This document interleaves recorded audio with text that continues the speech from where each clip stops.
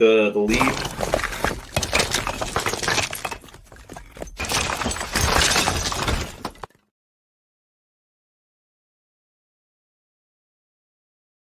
Hey everybody, welcome to a special episode of Big Apple Hockey where we got some off-season talk that we want to get started because it's going to be fueling a lot of our news for the next month. And also, just to get an extra show in before our weekly show tomorrow. I, of course, am your host, Mark Williams, joined by the one and only host of the Final Buzzer, Mr. John Flakowski. So Frank Seravalli decided to release a top 20 trade board, his first edition of it. I figured it would be a good idea to get on and talk about some names that we're probably going to hear in the trade rumor mill a lot within this next month.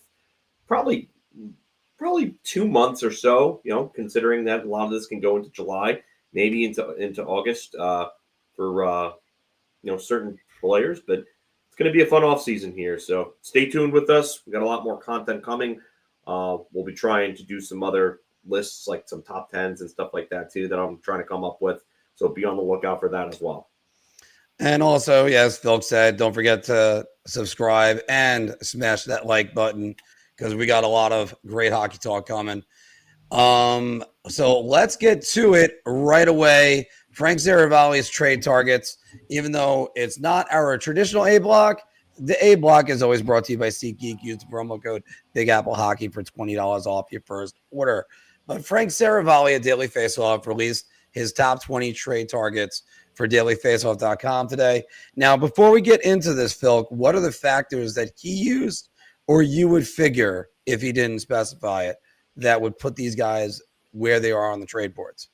He didn't really specify, but if I'm looking at the list right now and I'm looking at the first name that's going to come up and the last name that's going to come up, I imagine that he probably factored in likeliness to be dealt more than anything.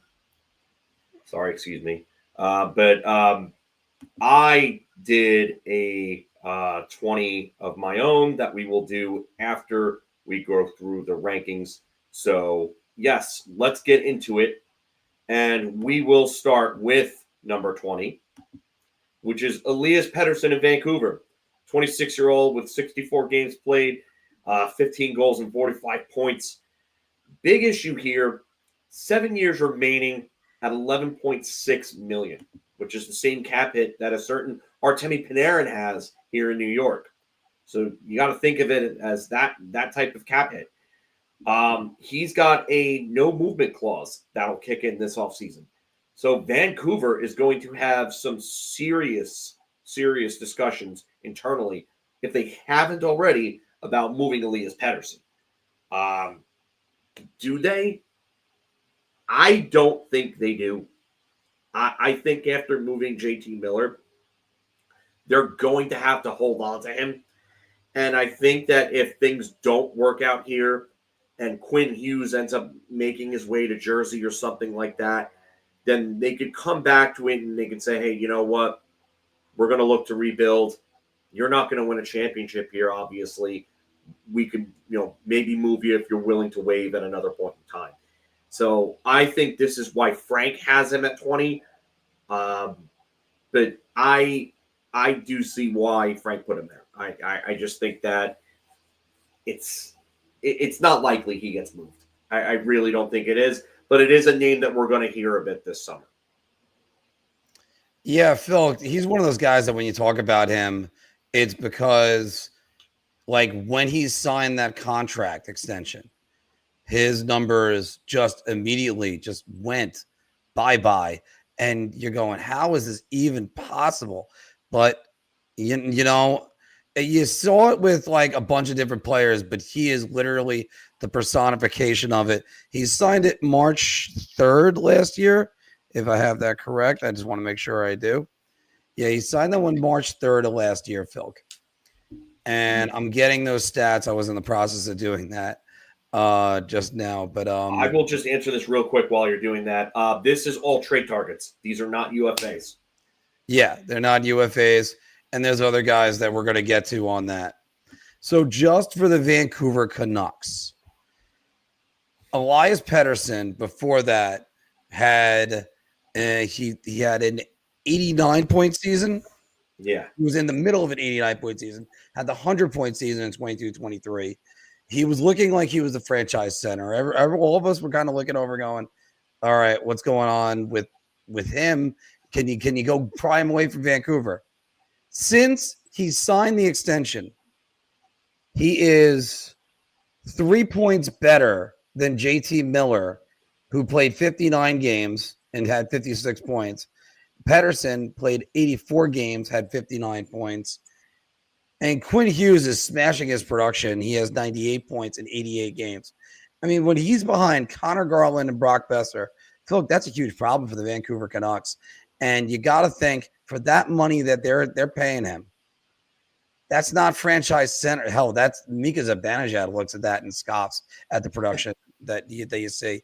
So you got to think whether or not you got to hope in Vancouver's case, he's a bounce back candidate, because if it's just a change of scenery, you're going to be getting pennies of the dollar for him, correct?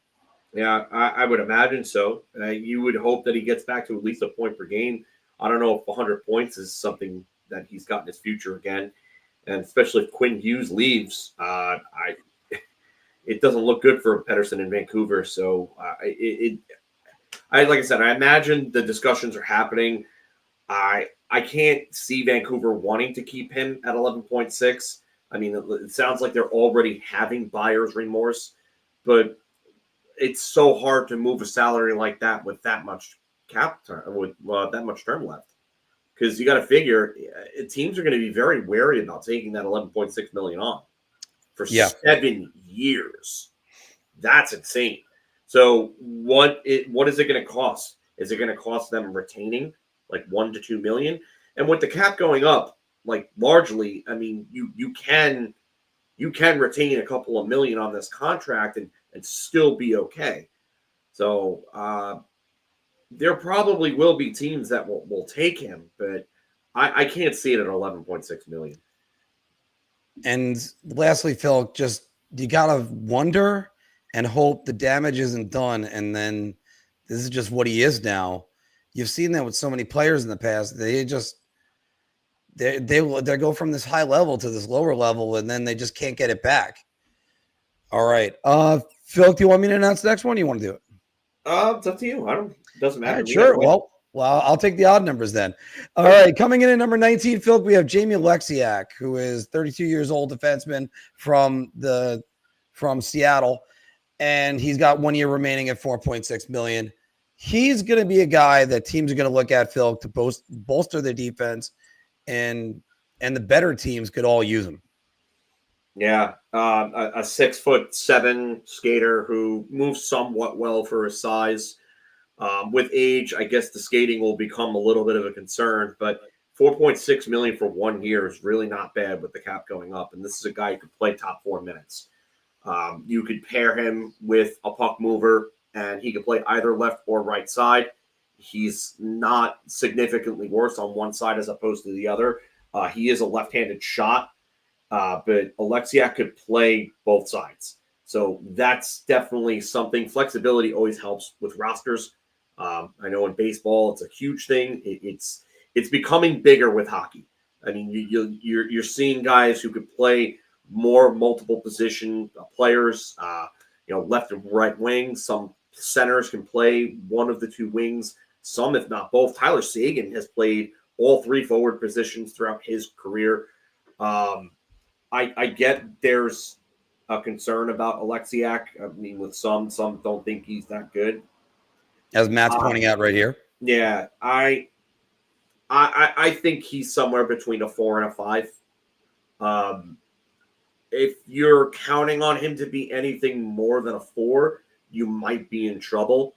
But I think he can slot in as like the supporting partner on a second pairing with a good two-way guy or a very good puck mover. That's just me. But again, opinion, that's really all it is for me here. But I do like Oleksiak. I think that, oddly enough, I could see the Rangers looking into him. Mhm. And I know that a lot of people are going to be like, oh, God, we just took Susie from them, and Susie is so bad. I think Oleksiak is worlds better than Susie. But the bar is, again, very low there because I think Susie is AHL caliber at this point. I don't think he's the guy you bring in to necessarily save your defense, but is he a better alternative than throwing out a possible 7-year, $56 million contract of Vladislav Gavrikov?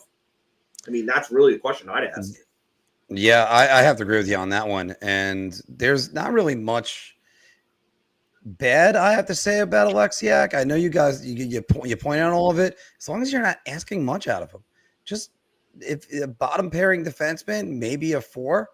I mean, you're not really trying to depend on him. And actually, Phil, they got Susie from Vancouver. Vancouver, yeah, Yeah, he played with Seattle, so he did play with Seattle, yes, because he was part of the expansion. But so not really keen on anything on this, but I think a lot of teams are going to be looking at him for the depth, and he'd be a good addition. I don't even think you have to eat much of that salary either. I think that salary is going to be fine. Phil, you got the next one. No, and I'll answer State of Survival's question right here because while we were just on the topic, no, Fortescue and Emery are the two defensemen that the Rangers really have that would be coming anytime soon. Emery did not have a great year with North Dakota.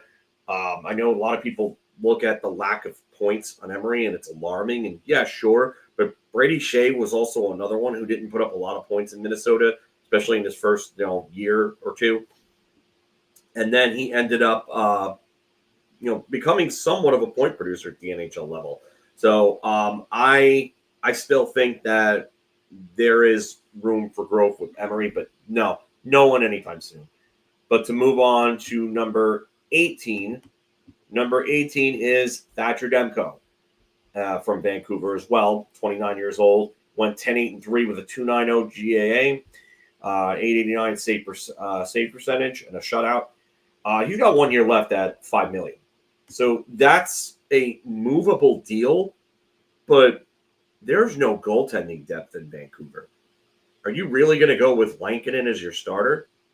All right, Arthur Shilovs.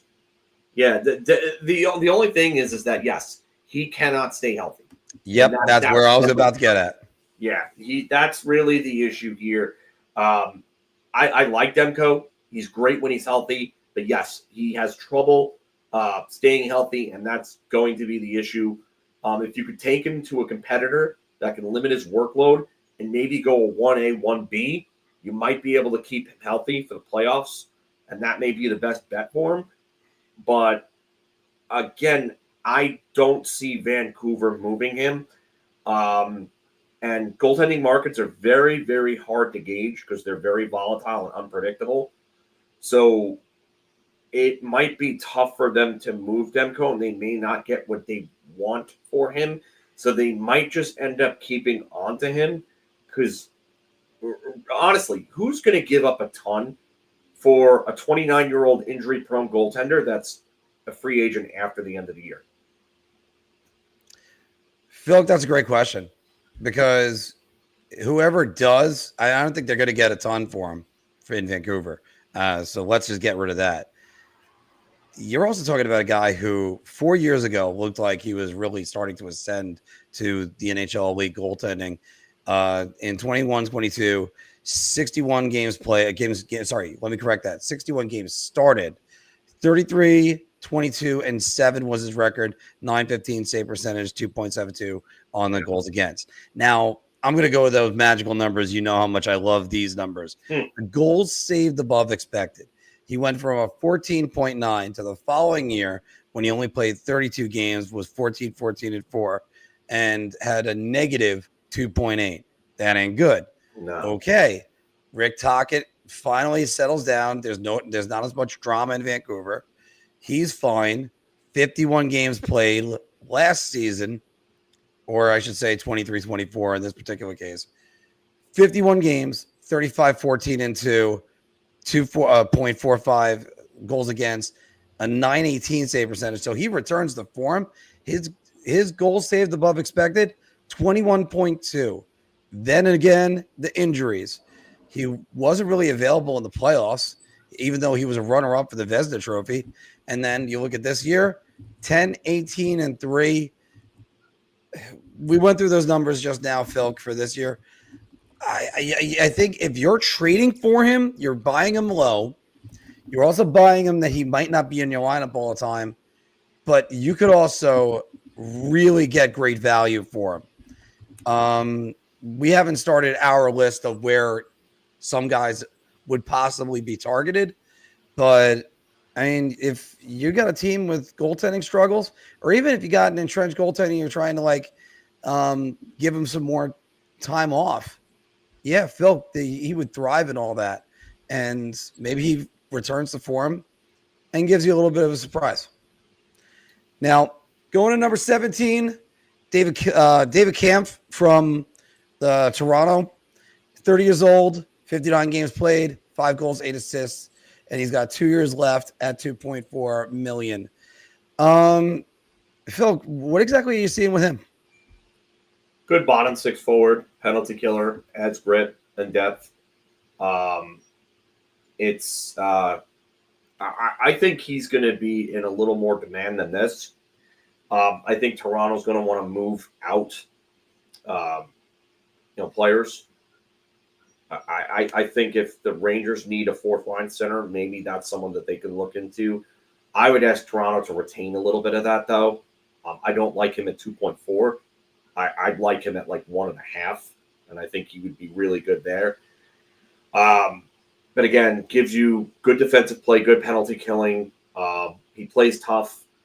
He's I would say he's a pest in the he keeps going and keeps coming back from war type way, like not the Sean Avery piss you off shit disturber type way, but he just plays an annoying game, kind of like Brett Berard. Like Brett Berard, like doesn't matter how big he is, how small he is, whatever. He keeps going in and keeps annoying you by just being all over the place and hitting everything and doing what he has to do to get the job done. So for me, I get why they would move Kampf. Honestly, I think this is someone they should keep, but I get why 2.4 million would kind of, like they want to get away from that. But they may be losing about 23 million in cap space, maybe 24 million in cap space between Mitch Marner and John Tavares, somewhere in that direction. So I mean, maybe they can afford to keep him, but I don't think it's super likely that he's dealt. I do think that there's a possibility. I might have him a little higher on my list, but I do like the player though, just not the AAV. This almost screams trade deadline acquisition. Yes. I say this all the time. What do you look for at the trade deadline? You're looking for depth forwards, depth defensemen. And this is what this kind of screams out. Firestorm, you're right about this. He would fit well on a Florida type team. And Florida, you know what they do with those guys. They take them who'd have thought Kevin Stenlund would be somebody that we'd be talking about the entire time on the road to a Stanley Cup. But sure enough, Florida will take those guys and even Tampa Bay and turn them immediately into valuable commodities. Phil, let's go to number 16, and it looks like there's a package that you have right there. It's really a one or the other. Frank thinks that there's a possibility that possibly both of these guys could get dealt, not necessarily as a package, but it's Pavel Zacha and Morgan Geekie. The problem here with Zacha is that he's making $4.75 million and kind of had a down year as opposed to the year before. So Zacha has had a 50-point season in the past, and this is someone that's been relied upon to do more for Boston. He had actually 2 50-point seasons, 59 and 57 in back-to-back years. So, at 47 points after this past year, is he a complimentary player or can he be a play driver? I think he reminds me more of a complimentary player than anything. Morgan Geekie is an interesting case, though. 33-goal, 57-point breakout year. He's a 26-year-old RFA. He's arbitration eligible. So Boston's going to have to pay him. Do they keep him? I think they keep Geekie. I think it's very possible they deal Zacha. I think that with a 33 goal scorer and a guy that put up just 57 points and is really breaking out, he's going to ask for a lot. The team, he is arbitration eligible, so he does hold a little more leverage than, a non-arbitration eligible restricted free agent would. But I do think that they're going to have to make a big decision on paying him. What is Geekie going to look for? Is he going to look for $6 million? Is he going to look for $7 million? If that's the case, does Boston try to move him? Is he an offer sheet target? I'm not really positive on any of that, but there's value with Geekie. Zacha, I think there would be teams that would take him as well. He's going to be a UFA after not this upcoming season, but the next season. But his 4.75 cap hit really isn't that bad with the cap going up. If you could get 50 points out of Pavel Zacha, you take that and run for $4.75 million. I think Pavel Zacha just kind of reverted back to what he was. His entire career with the New Jersey Devils, kind of a little bit of a disappointment. He's basically high teens goal scorer. He tends to be more of an assist guy. He did have 33 assists last year. He's averaged 36 assists in the 3 years he was in Boston. And actually, he's not a bad defensive player either, even though he is a -8 this season. I don't think you're going to really get too much for him. So I think that's sort of what I would say about him. Geekie, I can't see them getting rid of, not after a 30-goal season. He's probably going to sign. These guys, they ask for the world, and then just before their arbitration date hits, you've always heard the stories about guys that they sign their contracts. Literally, they work it out at the door about to go into arbitration. But I can't see them getting rid of Geekie. Yeah, I just want to highlight one other comment here from ASK7. I think possibly, maybe Kampf could be a trade target for New Jersey, but I feel like they have a lot of bottom six options. Would he be better than Justin Dowling there? Sure. I know a lot of Devils fans don't like Nathan Bastian and want to see him out of the lineup. So, he'd be improvement over those players if you ask me. I think the AAV might be a little too much for a fourth liner.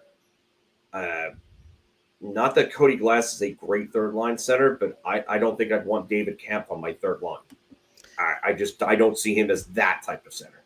And because I was about to mention that, because you're also got a Devil coming up here in a couple spots. Yeah. Let's look at somebody, Phil. We talked about him a lot on our last two broadcasts. 31-year-old defenseman Morgan Rielly of the Toronto Maple Leafs. He had 82 games played, 41 points, -8 last year. He's got 5 years remaining on a $7.5 million AAV contract. Phil, I will get your thoughts on Morgan Rielly first, because let me just say, check out there's going to be shorts coming, but check out some of our talk about how Morgan Rielly has kind of escaped a lot of the blame for the Toronto Maple Leafs failures. Yeah, it's interesting because a lot of the brunt of the blame has gone to Matthews and Marner, and I get it. Those are guys that you expect more out of, but I really think that Morgan Rielly needs to be shouldering a little more of it.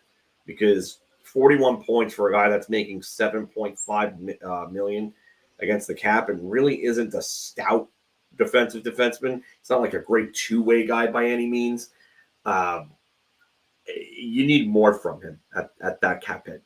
You definitely do. And he needs to they were looked at as like a fantastic 5 when Tavares first signed there. It's like, wow, like that's, yeah, but he is in Toronto. You're right. He's not a true number 1, but he is in Toronto. Can he go to a team where he doesn't have to be the guy and he could just be a puck mover? Yeah, I think he could be more effective that way. But here's the issue. Who's going to give up what for a defender that's on the wrong side of 30 and is locked up long-term for 5 years with $7.5 million? I mean, he's going to start to decline, and that's going to be an issue for teams. So that's my concern. I do think there is a chance that they try to move him this offseason because I think they're going to have to make sweeping changes in Toronto, and I think that he might have to finally fall on the sword with others. So, but again, that depends on, can they bring in other depth defensively, who's available. I don't know if I see anybody that's a true number 1 that's available unless somebody pops up out of nowhere in trade talks. But I don't think it's as likely some of the other defensemen that he will get dealt. Yeah, I think if you actually moved him, like you were saying, to another team where he becomes a 2, you might see better production because he's not going up against the other team's best players. And even in his production, Phil, you want to talk about somebody whose production is all over the place. Rielly has I had it right here. He has a 68-point season in 21-22. Probably the reason why I thought he was going to be that great. A 72-point season in 18-19. But then other than that, he's 27 points in 47 games, 35 points in 55 games, 41 and 65, 50. Like, what is exactly about Morgan Rielly that you look at and go, this is what he does? That's kind of one problem I have with him. And I thought of a comparison. It's really not going to work out. I thought of trying to compare him to Trevor Daley, and he ends up getting moved to a different, like in the time of Pittsburgh Penguins. But Morgan Rielly was a better point producer and a better player than Trevor Daley was, even though Daley went on to go win 2 Stanley Cups with the Pittsburgh Penguins. And I believe he did. Did he win one with the Chicago Blackhawks? No, he didn't win one with the Chicago Blackhawks. He played with them one of the years that they didn't make the playoffs. So, Phil, when it comes to Morgan Rielly, you're thinking, okay, maybe we can go get him if you're that team. But then you look at that AAV, Phil. If Toronto wants to move on from him, I think they're going to have to eat up some of that money. Yeah, maybe they retain $1 million, $1.5 million on that.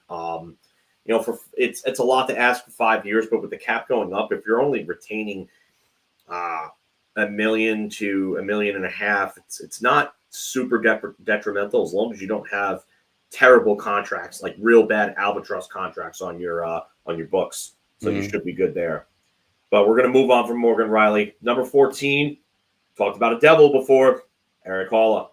That was it, not Dawson Mercer for any of those in the chat. He is not on this list, spoiler.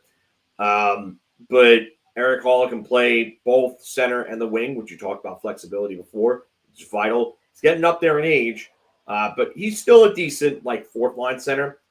Don't like that AAV at all. I don't. I really don't. 3.15 is way too much. If the Devils retain half on that, I think they can get a nice return for Erik Haula.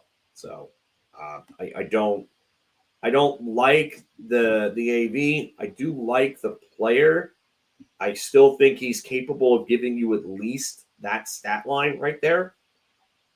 Maybe even more over a full season, depending on who his line mates are, but not at 3.15. The Devils are definitely going to have to retain to get that contract off their books, or if they want the contract off and then it's a cap casualty type thing, they're going to have to take a pennies on the dollar type of return, I think, to get rid of that deal.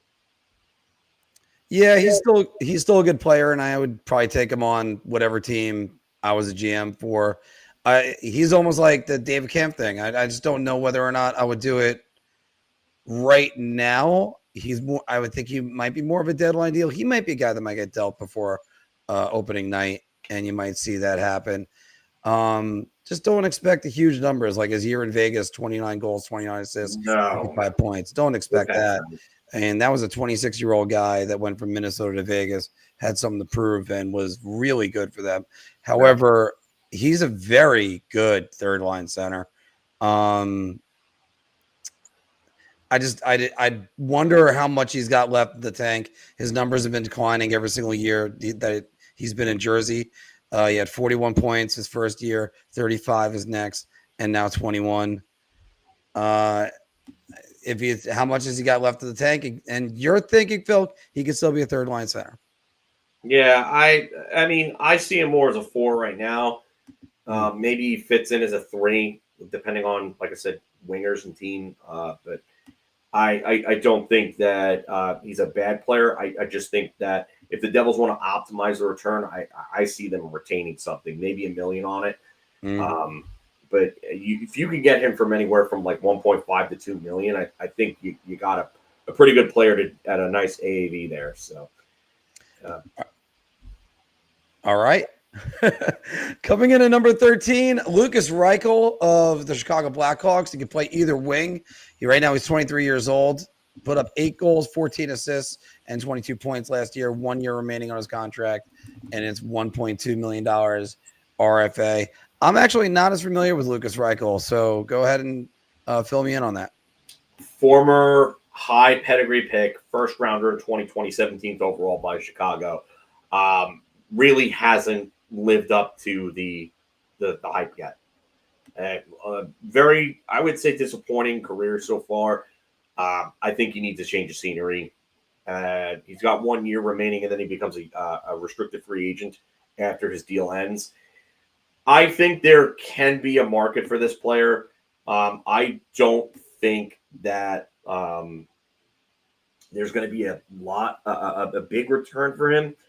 I think it might end up being a change of scenery for a change of scenery type player.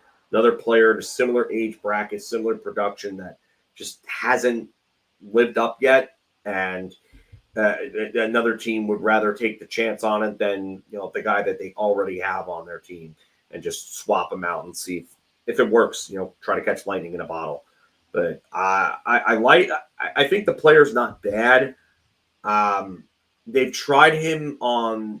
He's really kind of a left wing, but they've tried him at right wing this season. So if you look at like Daily Faceoff and Morning Puck, like the last few games he's been in, they've had him on the right side. So they tried everything to really get him going. I think I think it's very likely he gets dealt. I don't think it's a crazy return. So. Yeah, and this happens all the time. Some guys, the organization, they draft them and then they just don't know where to put them. I mean, hell, it happens. There's too many numerous cases that I could even think of. One of the ones that always comes to mind is Alexei Lafreniere, because hell, the Rangers haven't known what to do with him. But it'll be interesting to see where he ends up. Phil, we got another goaltender on this list. Go right ahead. Yeah, and that is Elvis Merzlikins at 12.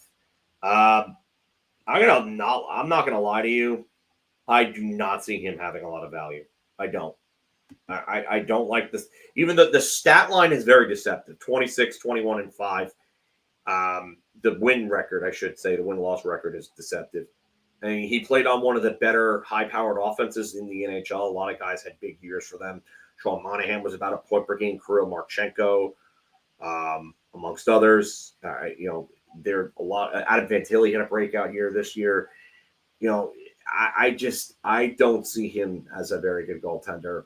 I think he's likely a backup. I wonder who takes a chance on him. I really do. They're going to gauge the trade market for him, but I can't see somebody taking a chance on him at 5 $5.4 million per year, especially when there's a chance that if he doesn't get dealt, he can be bought out.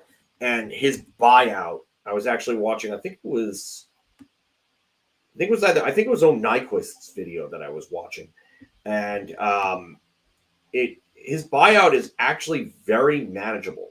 So if he gets bought out, they save $3.9 million against the cap this season, 2.6 the next year, and then they have 2 years of dead cap at 1.625, which is not bad at all in 2027, 28, and 28, 29, because the cap will have gone up significantly by then. So that's very manageable. I could see him being passed. I could see him not being dealt and then just being bought out. And I think a lot of teams would take him as a backup at like 1 million, one and change at most. But I cannot see. I can't see him being dealt and some team taking on $5.4 million in salary. Like if Columbus is going to do that, if they're going to have to retain, why not just buy him out?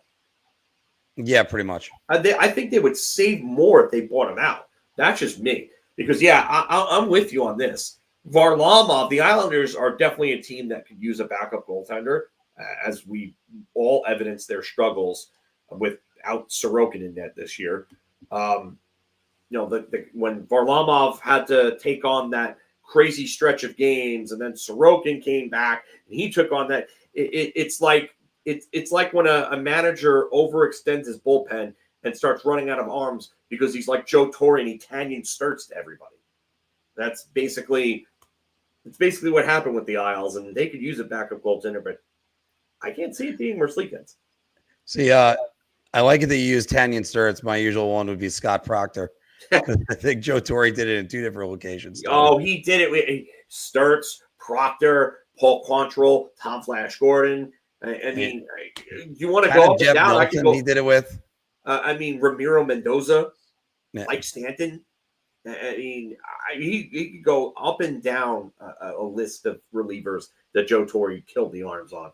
But get back to hockey. Right, but back to this. We made our baseball comment. We're back to this. Phil, you're right about this stat line, because the stat line is absolutely just bizarre.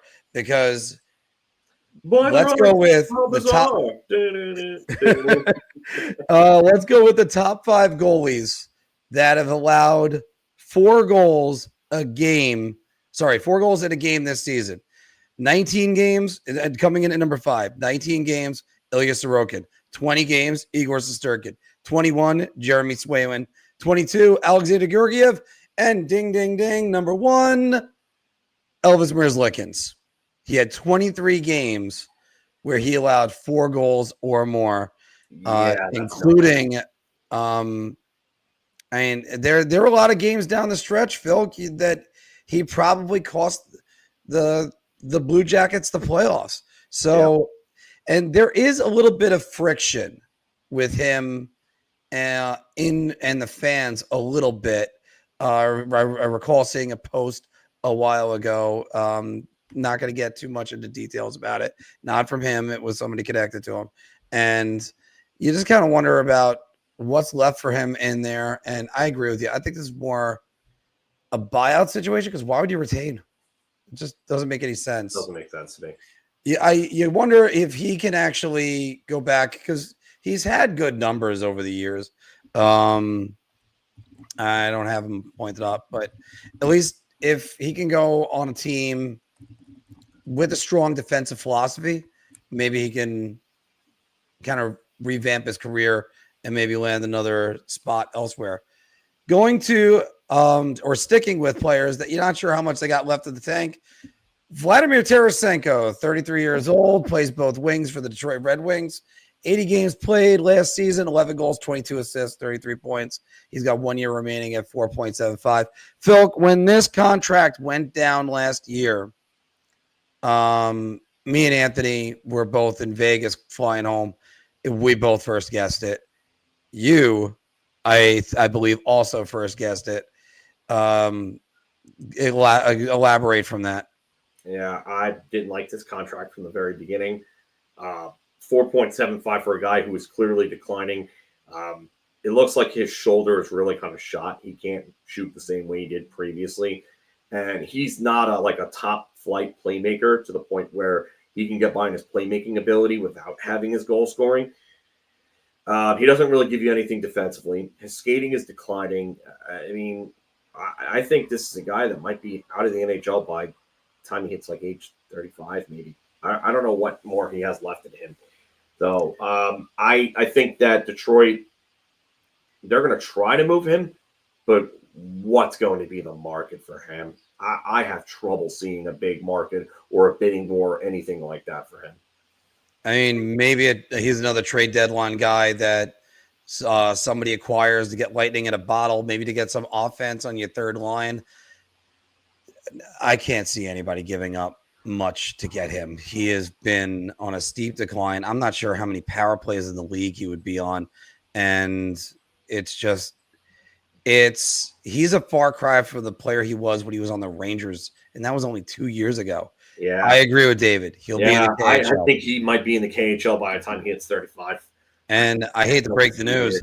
I don't think he's going to be the scoring leader there. That's going to be a huge problem. Yeah. All right, Phil, let's go to the first local guy coming in. So at number 10, Frank has K'Andre Miller. And we know all about him, 25-year-old left side defenseman for our New York Rangers. 7 goals and 27 points. He was even on a real bad defensive team. He's a restricted free agent right now with arbitration eligibility. This is a tough one for me because unless they are able to go out and get a lot of depth on that left side and add players like a Gavrikov, like an Orlov, like maybe a Provorov, I don't see how they can let him go right now. It's just a tough sell for me. And they also might not want to commit too much money in this offseason because of the players that are going to be available next offseason, like Connor McDavid, like Jack Eichel, like Kirill Kaprizov, Adrian Kempe, so on. So I don't think he gets dealt, if you ask me. There is a chance, though, that if a hockey trade comes along, the most likely situation that I could see if he does get dealt is I think, and I've said this before, I think these two teams are going to talk again this offseason after the broke down talks at the deadline. But I think they'll talk to Buffalo about JJ Peterka and possibly Bowen Byram. So if they make a hockey trade for Peterka and or Byram, I would imagine it would be around Miller going for Byram. I think that they could make a deal there. Otherwise, I don't see them dealing him for prospects. I don't see them dealing him for a veteran unless it's like an elite level veteran, and he would have to be a part of a package for it. So I don't think there's a very, very high percentage of a chance that he gets dealt. I'll throw out one elite veteran that the Rangers could make him the centerpiece for a package to go get. The likeliness of it happening are slim to none. This is just hockey boards fantasy talk. But let me first start with this. K'Andre Miller, the problem with him is we're 5 years into the K'Andre Miller experiment, and he's just a box of chocolates, as Forrest Gump would say, because you never know what you're going to get.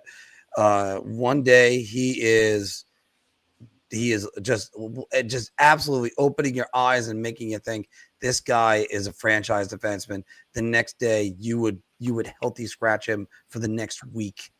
Look no further than the game against Dallas at Madison Square Garden, where Miller goes back for the puck. Ryan Lindgren has it. God. Says, I got it, takes the puck away, skates in behind the net, goes to the right wing boards, then promptly turns the puck over, leading to Dallas tying the game and going on to win in overtime. It's it's infuriating to the fans that watch him. It's infuriating to the lot of the guys. And yes, Johnny read 100% about that one. Yeah, he's not even the only one that said it in a chat. So right now, can Keandre Miller be something? Possibly. But the question is, should he be it on the New York Rangers? They might need to move on from him, but as Phil said, it might be hard to move him given the depth of the organization right now. There is one player I'll throw out. And like I said, it's a fantasy. It would have to do with the player wanting to go to the New York Rangers, which is probably not going to happen, or at least not in the headlines. And he'd be the centerpiece of a package, and the Rangers would have to give up, I think, a good amount to go get him. If for any reason Charlie McAvoy wanted, I knew you were going to say Charlie. Yeah, I don't see Charlie going anywhere, and I don't see Charlie going anywhere either. Yeah, the one last thing I'll say is that they may have to give him a big contract, and I'm not sure if this organization wants to do that. So that's why I think there is a chance that he could get dealt. Yeah, because they've already given out a big contract to somebody that doesn't deserve it. They've given out a big contract to somebody who looked like he was starting to earn it and then fell off the face of the earth. So we'll get further into that in other conversations throughout the summer. But let's move on because, Philk, a trade list cannot be a trade list. This is actually a requirement for any trade list in the NHL. You must have John Gibson on it. If you don't have John Gibson on it, you can't write the list because this guy has been on trade rumors basically his entire career. And you look at those numbers, 11-11-2, 2.77 goals against, and a 912 save percentage. He had a 912 save percentage on the Anaheim Ducks. That's really good. Let's just put this in perspective for a minute. Because, by the way, him and his goaltending partner, Lukas Dostal, great season. But you look at them and you just go, how did these guys have those kind of numbers? And I'm completely blowing by all the stats because I want to get to teams, goals against. For the playoffs, I need to get regular season. The Anaheim Ducks are the 11th worst team in goals against average, and they got two goalies with save percentages of 9-10 or better. I mean, how is this even possible? But they're able to do it. Phil, John Gibson's been in the rumor mill for years. You look at those numbers. You look at that age range. I mean, I know Jacob Markstrom fetched a pretty good return, but, I mean, he's getting long in the tooth, and he's got a lot of tread on those tires because he has been the most relevant player to hold up the Anaheim Ducks for years. Your thoughts on John Gibson? I mean, Lukas Dostal showed for a good portion of last year that he now is the guy, and it's his net there. I felt that they should have moved on from him a couple of years ago. I think they would have gotten more in return.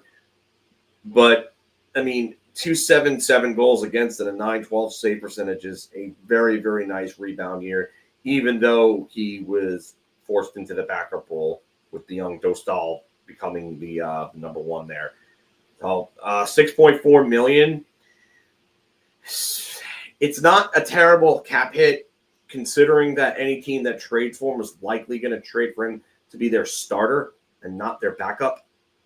But when you're looking at it and he's a backup right now making 6.4, yeah, that might scare some, but I don't think it's going to scare everyone just because of the fact that he would be a starter anywhere else he goes, I think. Edmonton, Rich even says Edmonton. They could use a goalie. There are several other teams that could use it. Columbus could use a goalie. I mean, they have Merzlikins as a starter. I mean, Gibson would be a massive upgrade for them. I think that there's definitely a market for Gibson. I think it's got to be this year. Like, if you wait another year to move him, he's going to get even older. His value's going to depreciate even more. I think it's time to pull the trigger now, finally. So. Yeah, and for both people to do it. I mean, for him too, because his window of opportunity is closing, and I think they could have probably traded him to the Carolina Hurricanes 2 years ago and maxed out that return. Who knows whether or not Carolina is going to come back to him after that, because we've seen how bad their goaltending is when you get to a certain point in the playoffs. God only knows when that is. That's the other funny thing about that, Phil. It could be in the second round, like it was against the Rangers. It's definitely always in the third round. By the way, congratulations, Carolina, on winning your first conference finals game in 20 years. It's just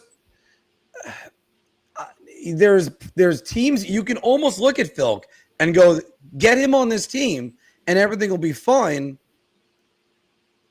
But is the other team going to be able to do that? And that's where the hard part is. Again, I'd have to compile the list on targets for him. Maybe we'll do that later on next month. Moving along. Yeah, and then at 8 we have Connor Murphy, right side defenseman for Chicago Blackhawks. He, 32 years old as well, so he's on the other side of 30. But he's got 1 year left at 4.4. And the underlying numbers are actually pretty good for him. He would be, and this could be a trade deadline piece too, if Chicago wants to hold on to him. Because, I mean, as of right now, they don't have a lot of depth on defense. I mean, Artem Levchinov, their 2023 first-round pick, actually ended up making his debut this past season. And he looks like he's going to be a player. But, I mean, if you look at their pairings, Alex Vlasic, Sam Rinzel, Kevin Krasinski, Connor Murphy, Wyatt Kaiser, and Artem Levchinov. There's not a lot of depth there, and he's really the only veteran. He's the only veteran on that team right now. So I don't know if he gets dealt. It depends on, can they go and get an Orlov or a Gavrikov or a Provorov in free agency and move Murphy? Because if they did, I think Murphy would be somebody, or can they get another piece along with one of those two? And, then you can move Murphy. But I really do think that Murphy would be a piece that, if he is truly available, that a lot of teams would covet. He's a decent skater for a guy his size. He plays tough. He's solid in his own zone. He's decent at making a first pass out. I mean, he's not like an elite puck transporter or anything like that. But he's better than some of these other defensive defensemen who handle the puck like a hot potato and are relatively ineffective at getting the puck out of their own zone quickly. So I think there's a bunch of teams that could use him. But, yeah, Connor Murphy, I think, would be somebody that there would be a nice bidding war for, if you will.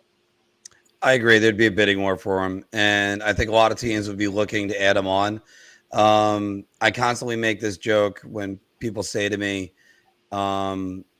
hey, what do you think about Mike Sullivan go to the Rangers? I was like, oh, well, I wish they had him 2 years ago. I think Chicago kind of wishes they have Connor Murphy right now, 2 years from now, but that's just not going to happen. He could be a good player for him. He was a good player for them at the absolute worst time. And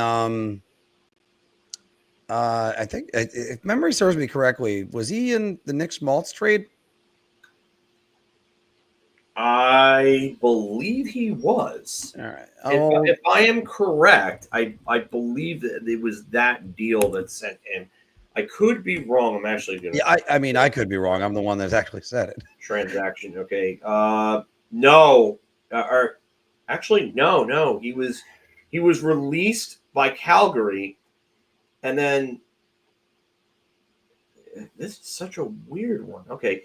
Traded by Arizona with Laurent Dauphin, who was a prospect back then, to the Blackhawks for Nick Jalmerson. That's it. Jalmerson trade. And then he ended up going, and then, and Calgary released him. Calgary must have signed him and then released him, and then Chicago picked him back up because he never played a game for Calgary. Yeah, by the way, that was stupid of me because the next Maltz trade is the Dylan Strome trade. Yes, So yeah. now that I realize that. But this is a good defenseman. I think a lot of teams that want to take that next step are going to go and line up to go get him. Mm. And how about a defenseman who a lot of people would have lined up to get about maybe 7 years ago? But Erik Karlsson of the Pittsburgh Penguins, age 34, 82 games played, 11 goals, 42 assists, 53 points. He was a minus 24. That is a number to always keep in mind with him. And he's got 2 years remaining at $10.5 million of AAV. No, it's 10 million even. Sorry, 10 million even. I'm sorry. Because I was getting to the next one first. Yeah. 1.5 million is being retained by San Jose.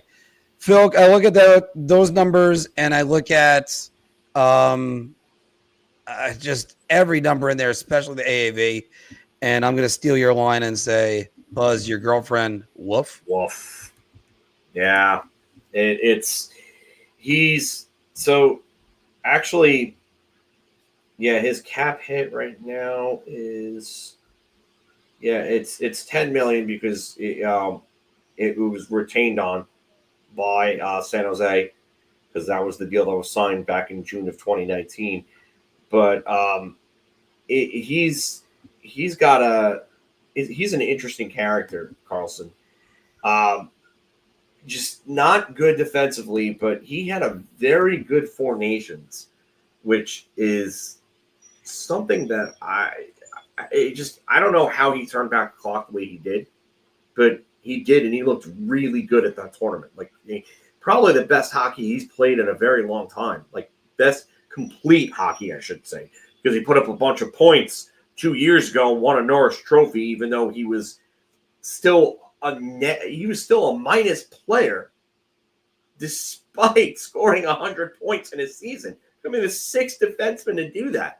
So, like, that just goes to show you, like, he's not a good defenseman at all in terms of defensive play. But this is still a guy that if you need a power play quarterback and a puck mover, like, I still think he's capable of 50 to 60 points, depending on the team he plays on. And maybe even more if the offense can run through him. So, like, as you saw, San Jose, they had minimal talent around them. I mean, they had Timo Meyer and Tomas Hertl, and he scored 100 points. That was it. They still had Logan Couture. Then Logan Couture actually was still healthy at that time. But I mean, not a ton of talent, decent amount, and he still scored 100 points. So I don't think he's going anywhere close to that, obviously. But like, I still think you get 50, 60 out of him, depending on the fit. But how does that contract work? How much does Pittsburgh retain to make a deal work? Because Dubas is going to explore that this offseason. I can't figure out where the hell he would go. Period. That's the best way to say it. Philk, you just explored. He had 100-point season 3 years ago with the San Jose Sharks. It was a minus 24, I think it was, maybe 29. I had the stats in front of me. I have to go look it up again. Philk, oh my dear Lord. So he had nobody on his team. He had 100 points. He goes on a team with Sidney Crosby, Evgeny Malkin, Jake Gensel, Brian Rust, and is being coached by Mike Sullivan. He manages 56 and 53 points. I mean, what does this guy really have left? And he's porous defensively. So, I mean, always been his bugaboo. Right. I mean, and you get the people that always would say, well, of course, he's the best defenseman in the league because he always has the puck. Yeah, well, he doesn't have the puck. It's in the back of his net. And that's one thing I've always said about him. Like, he might be – he's a 3-time Norris Trophy winner, right? Yeah. He's the worst 3-time Norris Trophy winner ever. No, easily. Everyone else that's won 3 or more is significantly better than him. He won 3 Norrises. Brian Leach won 2. Shea Weber won 0. Just putting that in perspective. Yeah. This is why they need a Bobby Orr trophy. Yeah, this is why you do need the Bobby Orr trophy. You could have the Norris for the best overall defenseman. The Bobby Orr trophy goes to the best scoring defenseman, and you can have people vote on that. Not just throw the numbers out there. And the best defensive defenseman, the Jacob Slavin Award, or the Rod Langway, as we want to call it. Langway, I would say. But it's just Phil. Just who's lining up to get Erik Karlsson? Show me who's doing it, and I got a bridge to sell you. The one thing that I can say is if Pittsburgh retains on him and they're willing to retain half of that remaining salary, I wonder if Toronto would be interested because, one, they need a right shot defenseman. Two, they need a power play quarterback. They've been running their power play with 5 forwards. Like they're one of like less than a handful of teams that does that. And I mean, if you could get Erik Karlsson on that power play and have that power play run through him, maybe there's a fit there. Otherwise, I don't know who I can see taking on that contract because he doesn't fit the trajectory of a younger team. He doesn't fit the trajectory of a bubble team because he's not putting any bubble team over the top.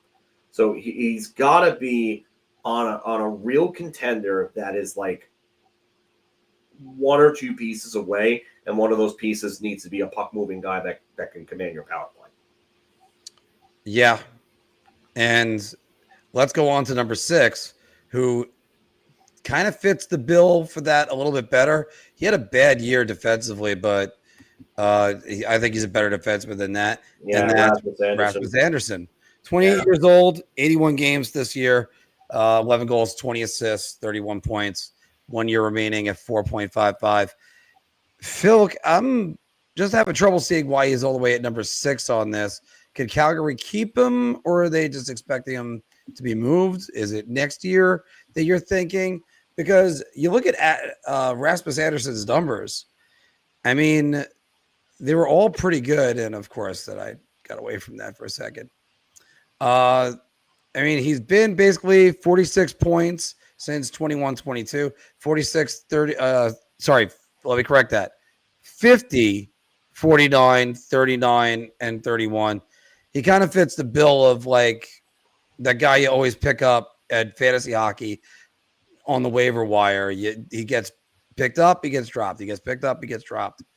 But I mean, he the other thing, Phil, is he really a minus 38 style defenseman? No, I'm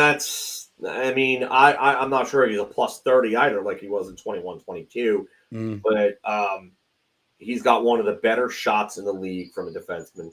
He's a guy that has averaged more than 22 minutes per game for the last 4 seasons.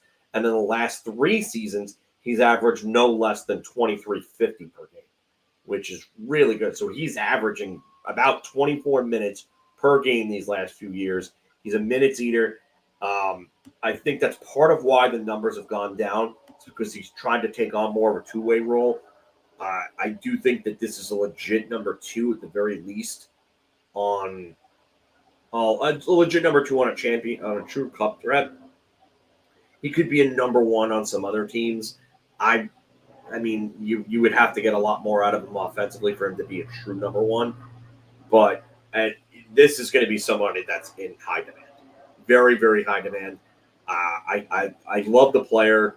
And then he was also the one that was shooting his mouth off at Igor Shesterkin in that one room. So he was getting under Shesterkin's skin. But yes, he plays with attitude. He's got quite the personality. I think every team would love to have him, and especially if he's your power play trigger man. Man, he reminds me of Sheldon Surrey in that aspect. Like, I don't think he's a great quarterback, but as a trigger man on a power play, yeah, he could fire it up to triple digits, and he can blow him past a lot of goalies. So definitely someone that's going to be in demand this summer. I thought he was going to get dealt prior to the start of this past season, and I thought it would have made a lot of sense then, especially with multiple years left on his deal. I still think he'll get a pretty nice return, but you definitely could have gotten a little more for him before this past season. Yeah, and I agree with you on that. He would have been a good deadline trade for a lot of teams. He's a guy that you have to look over and go, let's talk contract, and are you staying or you're going? Yeah. Calgary's on the upswing. And Philk, I'm blanking on their big prospect, their big defensive prospect. He played at the end of the last year. Oh, Zane Parekh, thank you. Yeah. And is he a guy you want to like use him as a compliment to Parekh in the lineup? I mean, obviously not in the same pairing, but or you want Parekh to play all of his minutes. That's something Calgary's got to have to figure out.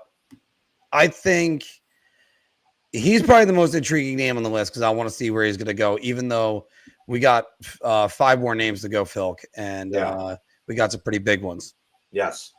Yeah. So we'll go on to the next one here. Jonathan Marchessault. You know what? I'm torn on this one. I could see him being moved, but I think Nashville should be okay with holding on to him too. Mm-hmm. I mean, for $5.5 million, 21 goals and 56 points is still very good. That's still good for that cap hit. He's still a true top 6 winger. I think he could fit with a lot of different teams. And despite his size, he plays bigger than his size. He's another one who plays fast and pesky type hockey and can score big goals. I mean, he had a 10-goal run when they went to the Stanley Cup, when they won in 2023. So this is a guy that can score in the playoffs, which is there's some value to that as well. And I think that I don't think he's done yet. I really don't. It depends on what they do this offseason. You know they're not going to be able to move Steven Stamkos. That contract is just not good at all, and I think it's only going to get worse from here. He would have a lot of value if they move him. But with that said, who are they taking at 5? Are they taking Higgins as Higgins is available? Is it Frondell if he's available? And are either of those guys ready for the NHL? I mean, if you move him, you got to bring in somebody that can replace and give you top 6 production to at least that level. So I don't know if he necessarily gets moved. I mean, I don't think they're in cap hell, to be honest with you. I mean, looking at their roster right now,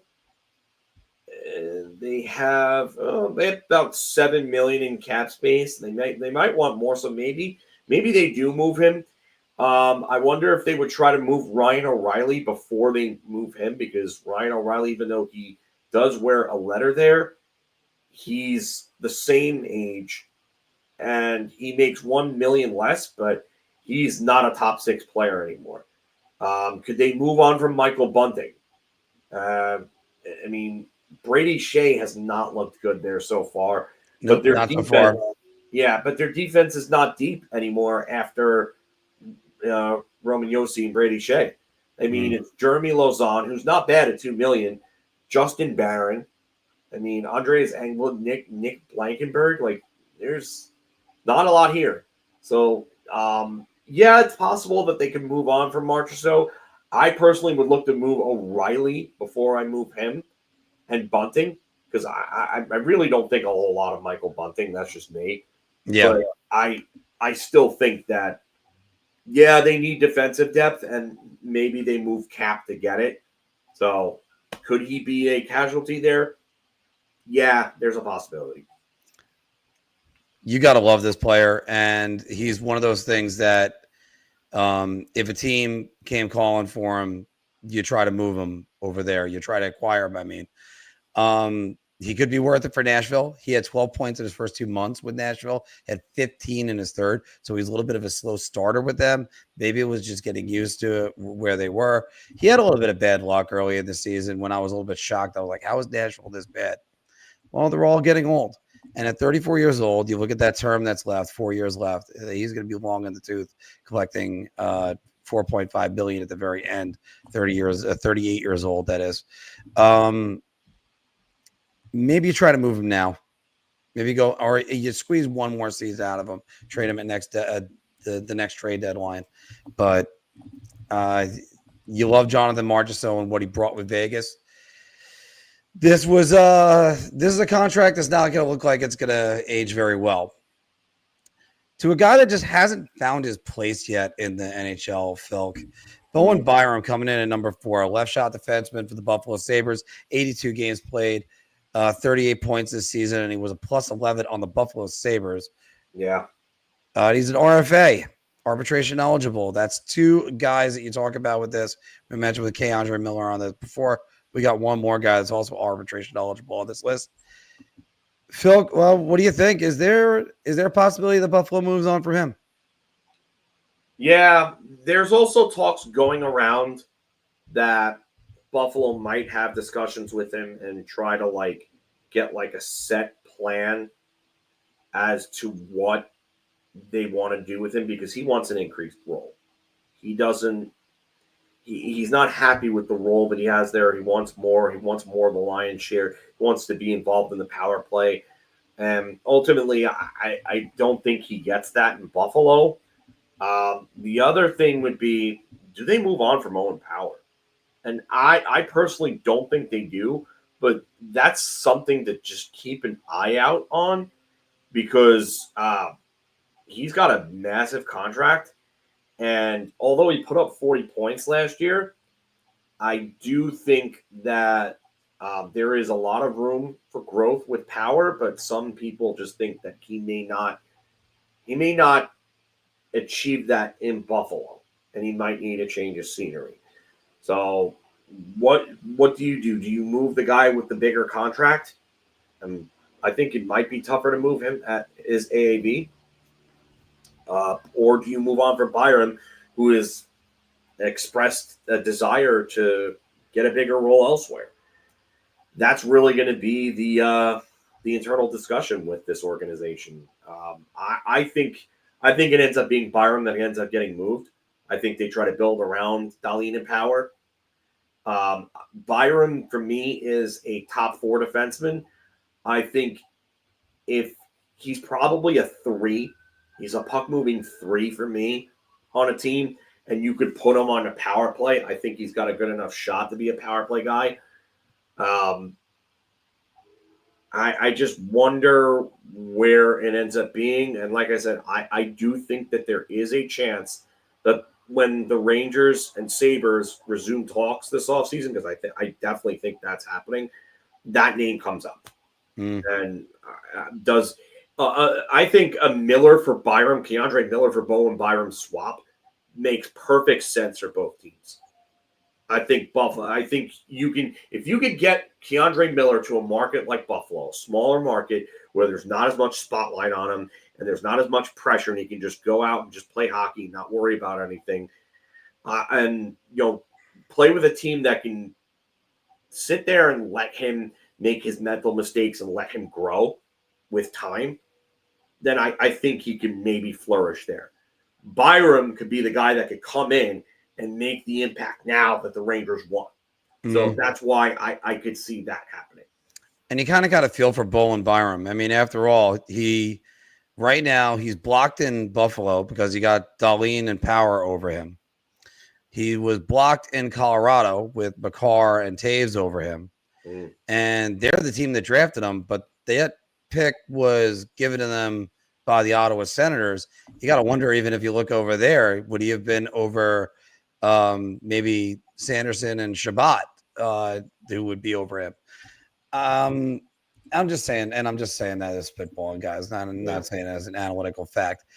He needs to find, when this guy finally finds a home, I think he'll be grateful, and the other team will also will be there. You know what? No, I don't know if he's not seeing power play time. Yeah, I don't know about that, because the power play really struggled this year. And I think Mike Sullivan, if Peter Laviolette was still here, I would definitely agree with this. But I think with Sullivan and the changes, I think this power play might look different. And that's going to be a big question going into this. And also, is the philosophy of that power play going to be changing? Not over Fox, with Fox. Yeah. And not a lot of teams use 2 defensemen.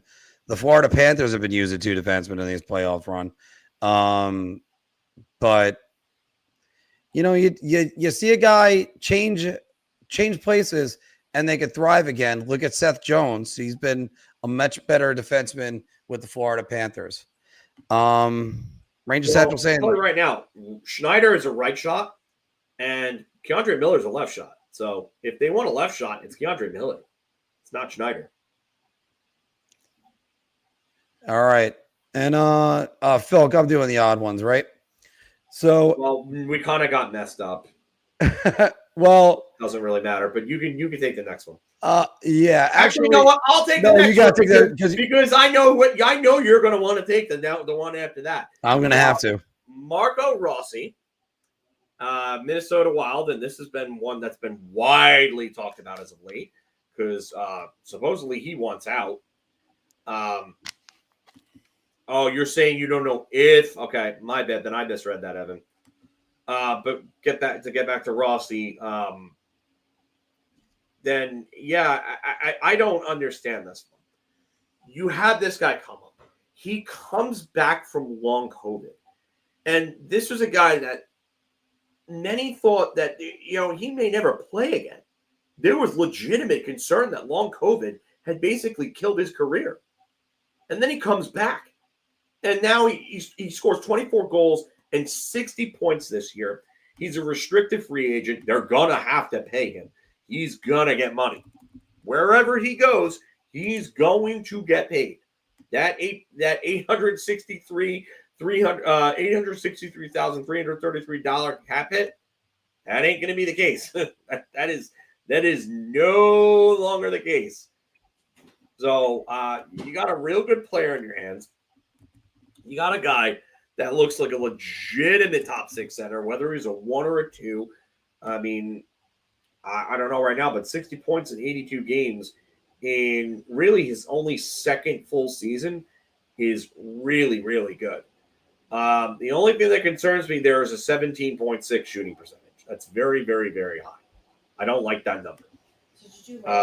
But all right. So, yeah, I don't do you know why you know that, Mark? What?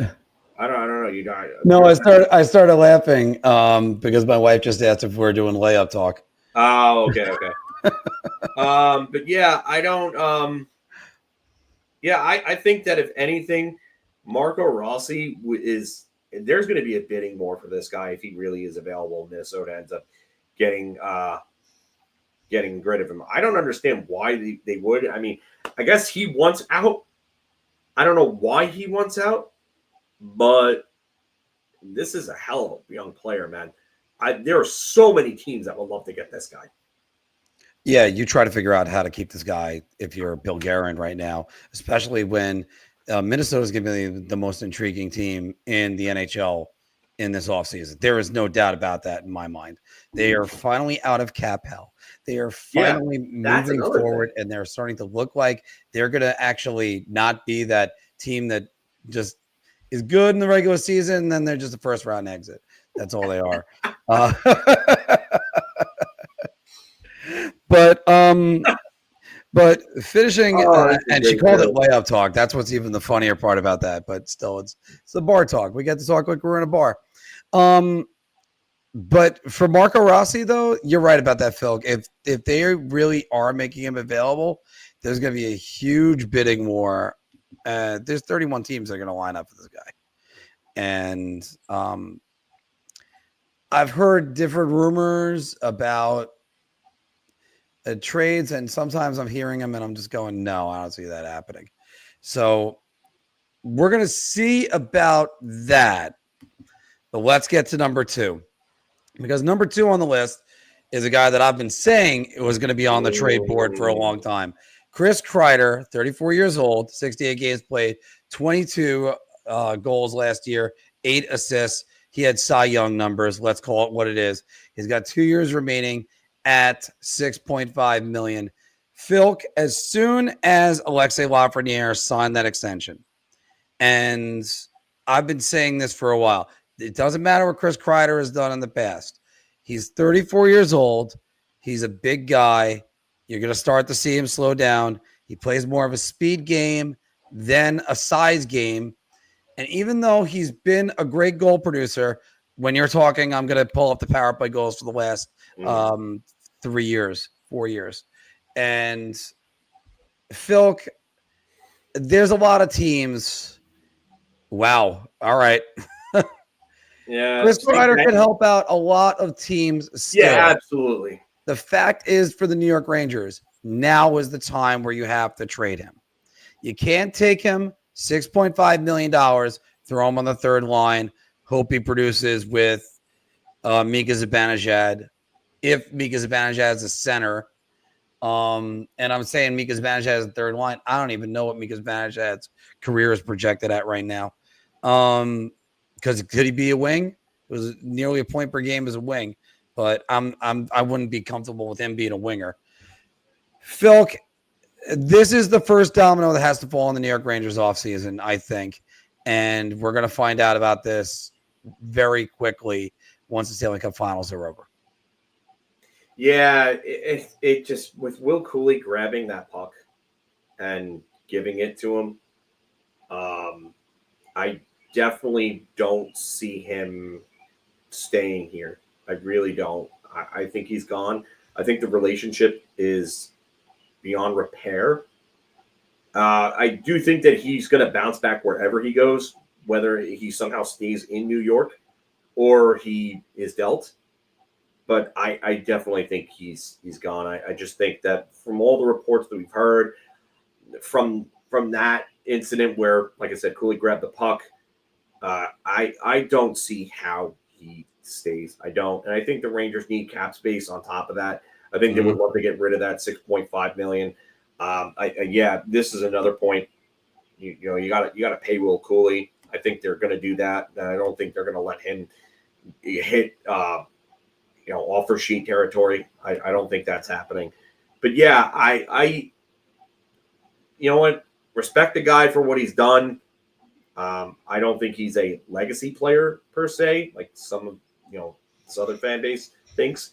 No. But I definitely think that he'll get a video tribute when he comes back, and it's time to move on. It's time to move on. And Phil, this was the numbers I wanted to look up. He's fourth in the NHL since 21-22 in power play goals. He has 69. That's 4 less than Stamkos, 13 less than Reinhart, and just Leon Draisaitl's got 108. He is destroying everybody in that. Leon Draisaitl's incredible, but that's another story. That's another story. I mean, that's just Leon Draisaitl. Kreider is still a money player in the playoffs, still a very good player that can come up big for you at certain times. Yes, I've always agreed with your statement of he comes and goes. He'll just appear and disappear. And it's because he's never been a puck-dependent player. I've always defended him on it, but it doesn't matter because it's time for him to go. If you would tell me he is, after this trade, he gets a video tribute, and they announce that one day they're going to retire his number, I wouldn't be surprised about that one either. They're probably going to put him up in the rafters. I think it's a little bit away from that because you could argue he might be I almost said something a little bit inflammatory, but why not? You could argue he's the second best player of the last decade for the New York Rangers. So, like Henrik Lundqvist. Bar is low there. And the bar is low. That is correct. And I'm well aware of Artemi Panarin, everybody, but he wasn't on the Rangers since 2012. And Kreider's playoff numbers, everybody's going to remember. So let's get to number one. I'll leave it for you, Phil. Oh, this is the one that we all thought was going to be dealt at the deadline, and there was talks about the Rangers. JJ Peterka, left wing from the Buffalo Sabres, and he is a 23-year-old restricted free agent who had a massive breakout year, as you can see. 27 goals, 68 points. I keep hearing that he's not happy there and he wants to be dealt. I think the Rangers and the Sabres will again pick up talks. I think that they're going to talk about him again this offseason. They couldn't get a deal done. And then you had some people on the Rangers side were saying there were never talks. All the people on the Buffalo side and the other independent thoughts around the league, the other independent journalists and beats were saying that there were definitely talks. And I don't think that I don't think that he's staying there. I don't. I think he's gone.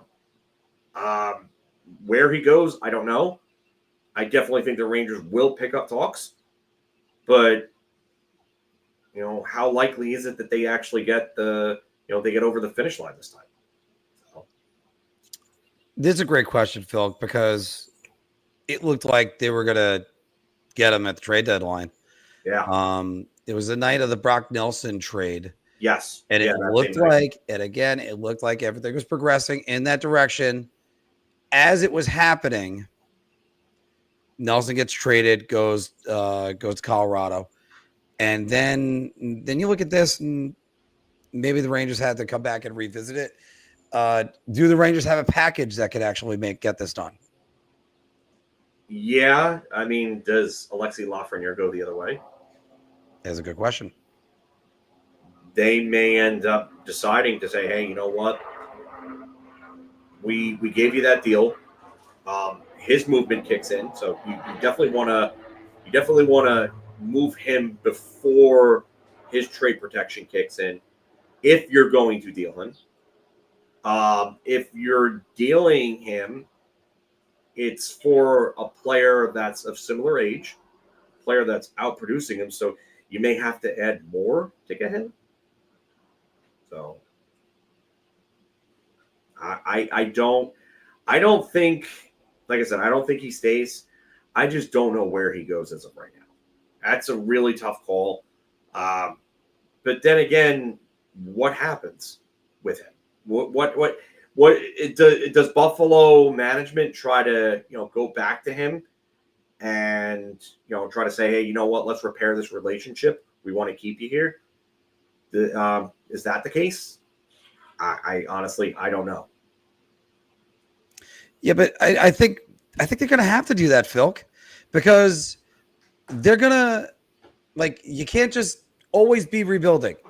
You can't always get to a certain point and just move guys down and away. You can't do that. You're going to eventually have to be, just what we need, another left winger. But you know what, though? I mean, Kreider would be gone. And then Panarin's got 1 year left on his deal. We've been saying a lot for a while.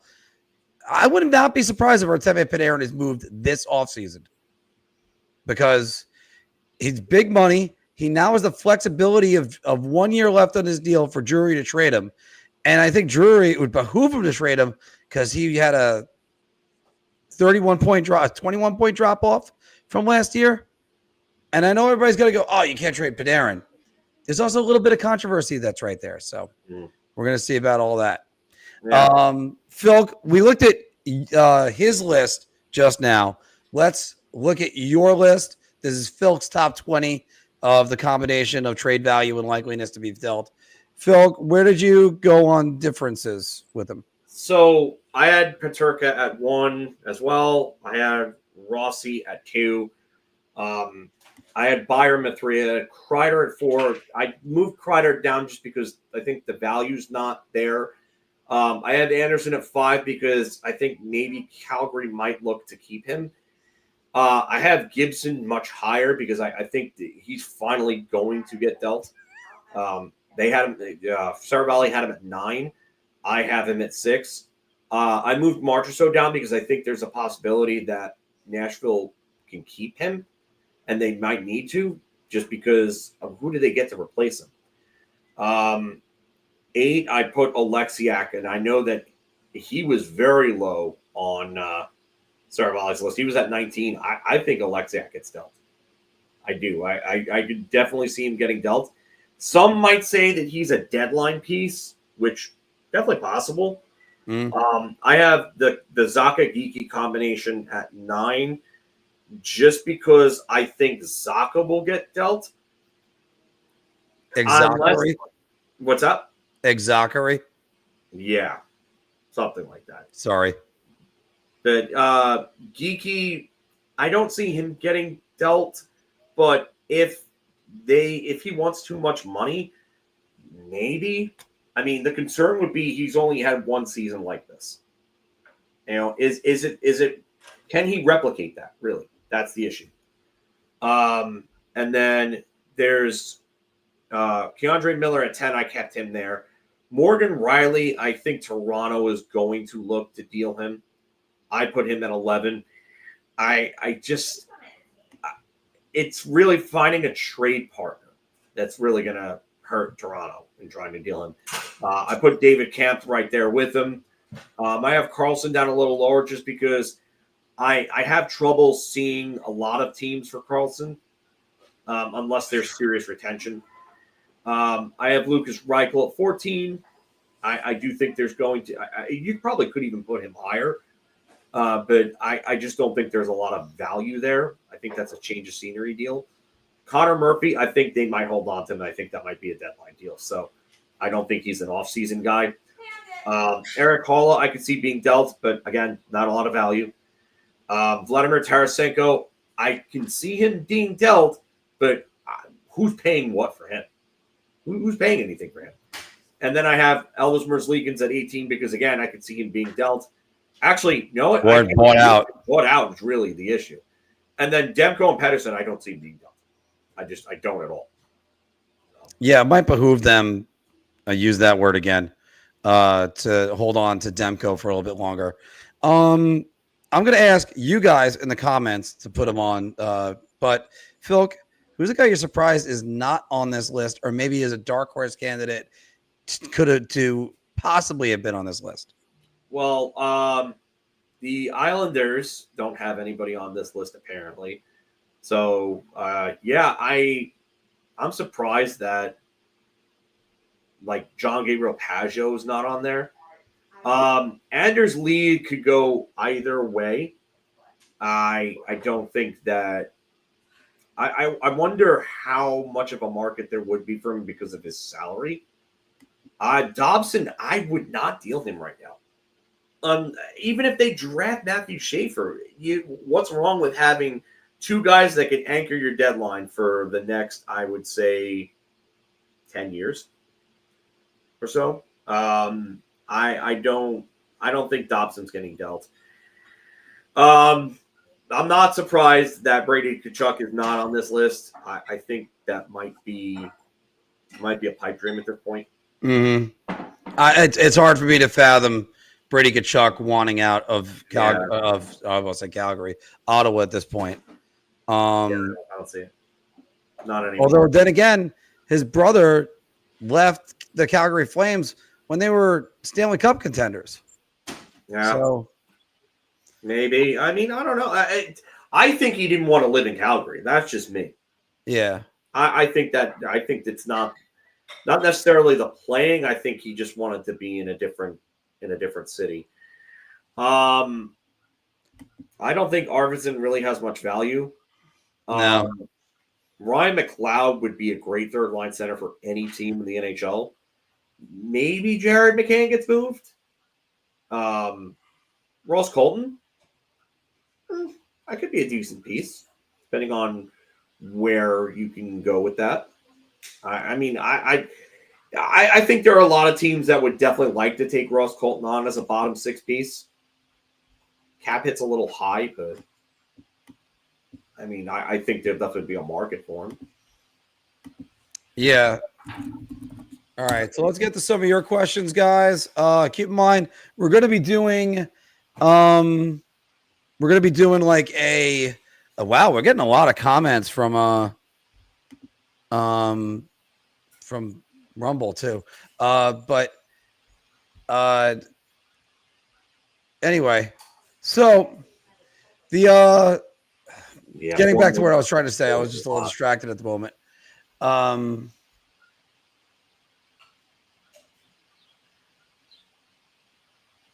So yeah, I think Colton. There's a lot on Colton. I think maybe they have to retain on that deal. He had a 40-point year 2 years ago, but is he a 30-point guy? Is he a 40-plus point guy? $4 million's a lot for a bottom six guy. So yeah, I don't know if he's somebody that could be dealt without retention. I don't know who else would really be available right now that I could think of. I wonder if Florida maybe lets go of Aaron Ekblad and they go after somebody in the trade market. Trevor Zegras. That's actually a good one. I think he finally gets dealt. Mm-hmm. Andrei Svechnikov is a name that's an interesting one from Evan there. I don't. That's a tough one. That really is a tough one. That would sit that $7.75 million is a lot for a guy that has never put up more than 69 points in a season. He's had 130 goal, 60 point. Oh, he's had two 60-point seasons, but one of 30 goals and 60 points. He had 52 points in 59 games in 2023-24, but 20 goals and 48 points. Not a good year this year for Svechnikov. And he's often a guy that in the playoffs ends up getting just too distracted with physical stuff and throwing elbows and so on. Yeah. I don't like him at that AAV. But if you deal him, if you're Carolina, like you're signifying like a complete change. Like, and I don't know if they're going down that road, especially with them extending Brind'Amour. There's a lot of people that have been asking me, do you think Brind'Amour takes the fall on this? And the short answer is no. They extended Brind'Amour for like forever, and they're paying him $multi-million. There's no way you're going to be able to do that. But you look at Svechnikov, 8 goals, 3 assists, 11 points in these playoffs. But, has he really made an impact at all since the Devil series when he had the hat trick in game 4? No, and I definitely think Kotkaniemi, I think he might even be a buyout option, Kotkaniemi, because I think he falls under the 25 and under provision. I'm pretty sure he would fall under the 25 and under provision, which is a 2/3 buyout. So his buyout would be, it wouldn't be a lot at all. Hold on here. I want to do that in cap wages. Hold on. Yeah, it would be for a very long time just because he's got quite a bit of term left on the deal. So it would be like a 10-year buyout, but the cap hit would only be $841,333 for the first 2 years. Then the next 3 are $461,333. Then the next 5 years after that are at $841,333. I don't know why that's like that. I'm guessing that's because he doesn't have no performance or salary bonuses. No signing bonus or nothing like that. So I don't get why the cap hit goes up and down like that, but he falls under the 25 and under provision. So. All right. Well, there's some other guys you kind of like. You're thinking if they could be on there. You get like the sensational names. Could Horvat be on there? No, I don't think Horvat's on there. I don't think he's on there. He's got a no move clause. So, I would. You know what? Honestly, I would. If I'm the Islanders, I would look to rebuild. I know that it might be unpopular. I would move Barzal. That's who I actually wanted to say the entire time. This year kicks in his first year of a modified no movement clause. And really, what's Barzell now? I don't like him at 9.15 million. He has a 22 team no trade from the start of this past season to the end of his contract in 2030-31. But just 9.15 million is a lot for a guy who really, outside of 2 80-point seasons, has been a 60-point guy. Even if, I know, some of those seasons he's missed games, but he's under a point per game player. Like, this is not and he's a guy that has 2 20-goal seasons, and those are both his 80-point years. Otherwise, he averages between 15 to 18 goals a year, maybe. Like, it's not a lot. It really isn't a lot. And I think there's talent there. That 9.15, you want better numbers and you want more consistent numbers. Like, you want him being an 85-plus point center, like, year in, year out. And I just don't think that's going to be his career path. That's just me. And as Evan's saying right here about Trevor Moore, you can also see him getting moved. I think he just signed a new deal, but I have to go back to that. Okay, he was playing in a very defensive system in Milwaukee. Okay, so but why is he the one that the numbers go down for when Brock Nelson and others have started posting better numbers since Trottier has been there? I mean, Trotz, not Trottier, sorry. Barry Trotz. Like, I get it. Yeah, he has missed time. Yes. But why is it that Brock Nelson has put up better numbers? His numbers got better. And he was a guy that also needed to learn how to play defense. That's a good point. That's a damn good point. All right. Phil, we got a lot we got to talk about tomorrow. Yeah. On the show, we got Game 4 tonight between the Edmonton Oilers and the Dallas Stars.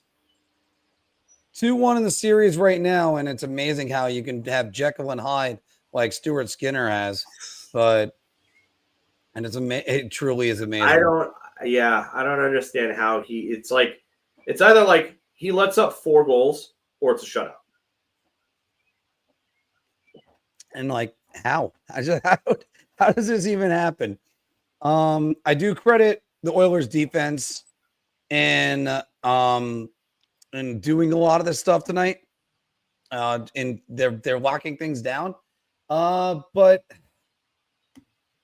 hold on. Christy is saying, do you think the Rangers are going to end up with Nick Hague somehow? Keep hearing his name. I mean, Nick Hague would be a good third line center. I don't know where you're hearing that from, though. I haven't heard anything about him. I mean, if you got something, I would definitely love to see it, but I haven't heard anything about that. But you got to figure Dallas has the ability to get back into the series and win this game. The hard part is, there's too many times I've seen Pete DeBoer teams just do this. They look like they're going to steamroll everybody. They get to a certain point, plateau. Yeah, I don't know. Sean's asking about Mika. It depends on what happens in those discussions. I don't know what's going to be said, but I got to imagine that if they haven't happened already, Chris Drury and Mika Zibanejad are going to have a very, very long discussion. Yeah. And I mean, and again, what's his thought process going to be when Chris Kreider's off the team? Yeah, that's the other thing. How is that going to affect him? Like, yeah, is he going to want to? Is he going to be more amenable to waiving when Chris Kreider waives and he's gone? Mm. I mean, not really waive, but I mean once he's dealt, I guess. So, but then again, does Mike Sullivan go and talk to Chris Kreider and try to repair the relationship there? Again, he could, but I just watched the first Mission Impossible the other day. That it's where Tom Cruise looks at Ving Rhames at the end and says, "I don't know why I'd be doing it. I don't know why Chris Kreider comes back. This team has to move on without him." Yeah, I think it's time to move. Yeah. And all right, because we got a lot of stuff we're going to be talking about tomorrow. And we're going to get to all that. USA winning the Worlds for the first time in 92 years, Phil. Yeah, which is crazy. And speaking about like things that you don't even know that you'd be talking about this week. So Edmonton, Dallas, who wins tonight? I'm gonna go with Dallas. I think Dallas finds a way. You know what? I think Edmonton can definitely win this series because I think Dallas is having a little trouble with their speed and their forecheck and their attack. But I think I picked Dallas at 7, so I'm gonna say Dallas ties it up tonight, and we go back to Dallas with a series that's tied at 2. Mm-hmm. I'm gonna agree with you on that one. I think you can't have Jake Ottinger getting outplayed by Stuart Skinner forever. Yeah. And I do love what they're doing, but we're going to see, hopefully Rupe Hintz comes back in and is Rupe Hintz again. And no songs, no puns right now for Hang On, Rupe, Hang On, but still. So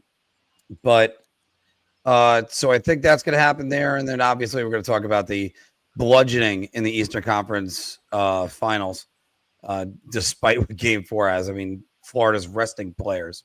They treated Game 4 of a playoff series like it was a preseason game. So, Phil, got a ton to talk about tomorrow. Guys, everybody, thank you very much for joining us.